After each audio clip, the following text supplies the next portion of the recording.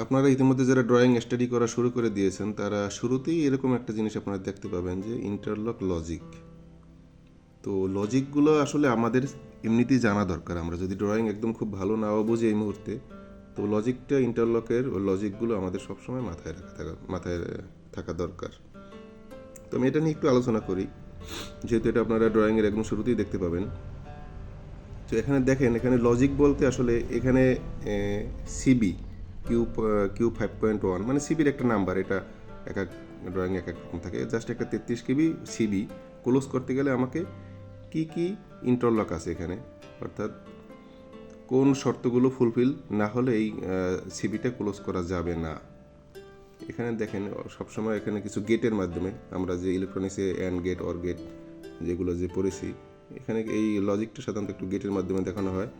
এখানে দেখেন, এখানে এই সিবিটা ক্লোজ হতে গেলে প্রথমে যে শর্ত, আমরা ইনকামিং, যেহেতু ইনকামিং সিবি 33 KB সিবি, তো ওর ডিএস, সিবির দুই পাশে যে দুইটা ডিএস থাকে, একটা কিউ 2.1 একটা 2.4, ডিএস দুটো ক্লোজ থাকতে হবে।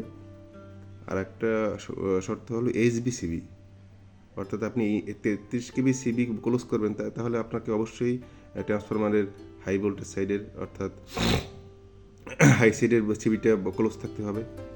তো দেখেন এই তিনটা দেওয়া আছে একটা অ্যান্ড গেটের সাথে।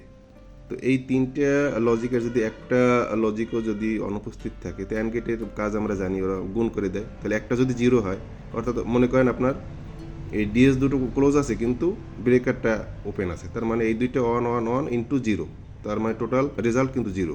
তার মানে এখান থেকে অ্যান্ড গেট সব গুণ করে দেয়, তাহলে এখানে গিয়ে ওয়ার গেটে গিয়ে কিন্তু রেজাল্টটা জিরো আসতেছে, তার মানে সিবি কিন্তু ক্লোজ হচ্ছে না।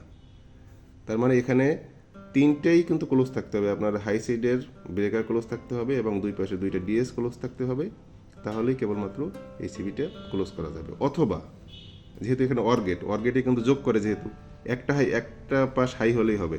এই আর একটা অ্যান্ড গেট আছে, এখানে দেখেন, এখানে বলছে ডিএস, এই যে উপরের যে ডিএস, সেম ডিএস দুটো যদি ওপেন থাকে, দুইটা ওপেন থাকলে তাহলেও এই সিবিটা ক্লোজ করা যাবে। তো দেখেন এখানে ওপেন থাকে মানে আমরা যখন অ্যানুয়াল মেনটেন্সের সময় কন্ট্যাক্ট রেজিস্ট্যান্স টেস্ট করি, ওই সময় আমরা বা অন্য কোনো কারণে আমার যদি ডিএস ওপেন অবস্থায় আমরা সিবিটা ক্লোজ করে দেখতেই পারি।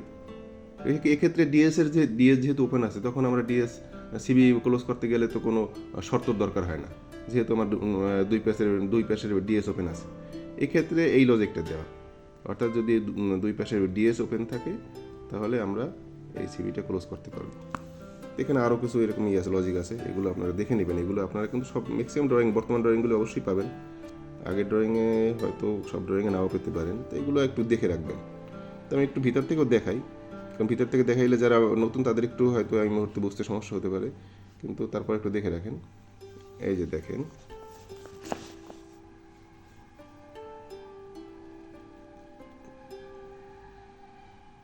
এই যে ইন্টারলকটা দেখেন আপনারা, এখান থেকে ক্লোজ পালসটা যে আসবে, আমি আগেরগুলো আলোচনা করলাম না, যেহেতু আলোচনা এখন না। ক্লোজ পালসটা আসতে গেলে ওই যেটা বলতেছিলাম যে কিউ 2.1 মানে এই একটা ডিএস, হয় ডিএস, এই দুইটা ওপেন, দেখেন ওপেন আছে, ওপেনের এই দুইটা, এইগুলো কিন্তু সব সিরিজ করা, এই যে সিরিজ হয়ে এই সিবি, ওই যে 132 KB সিবি, তাহলে ডিএস দুটো ওপেন থাকতে হবে। 132 KB সিবি যদি ওপেন থাকে, তাহলে আর আমার এখানে ক্লোজ পালস যাবে না। যদি তিনজনই ক্লোজ থাকে, তাহলে এই পথ দিয়ে আমার ক্লোজ পালস এখানে হয়ে সোজা এই যে ক্লোজ কয়েলে চলে আসবে। অথবা এটার প্যারালালে দেওয়া আছে, দেখেন প্যারালালে যদি এই তিনজন ওপেন আছে, কিন্তু যদি আমার শুধু ডিএস দুটো ক্লোজ থাকে, দেখেন ডিএস এই ক্লোজ, তাহলে এই পথ দিয়ে, এটা এখন প্যারালাল করা, দেখেন এই পথ দিয়ে, এই দুটো ডিএস ক্লোজ আছে, এই পথ দিয়ে আমার ক্লোজ কয়েলে ভোল্টেজ চলে আসবে। এটা ইন্টারলক। তো ইন্টারলক আমাদের সিস্টেমের জন্য খুবই গুরুত্বপূর্ণ। ইন্টারলক নিয়ে আপনারা সবাই একটু ঘাটাঘাটি করবেন, এই জিনিসটা বোঝার চেষ্টা করবেন, না বুঝলে গ্রুপে শেয়ার করবেন। আমাদের চেষ্টা অব্যাহত থাকবে।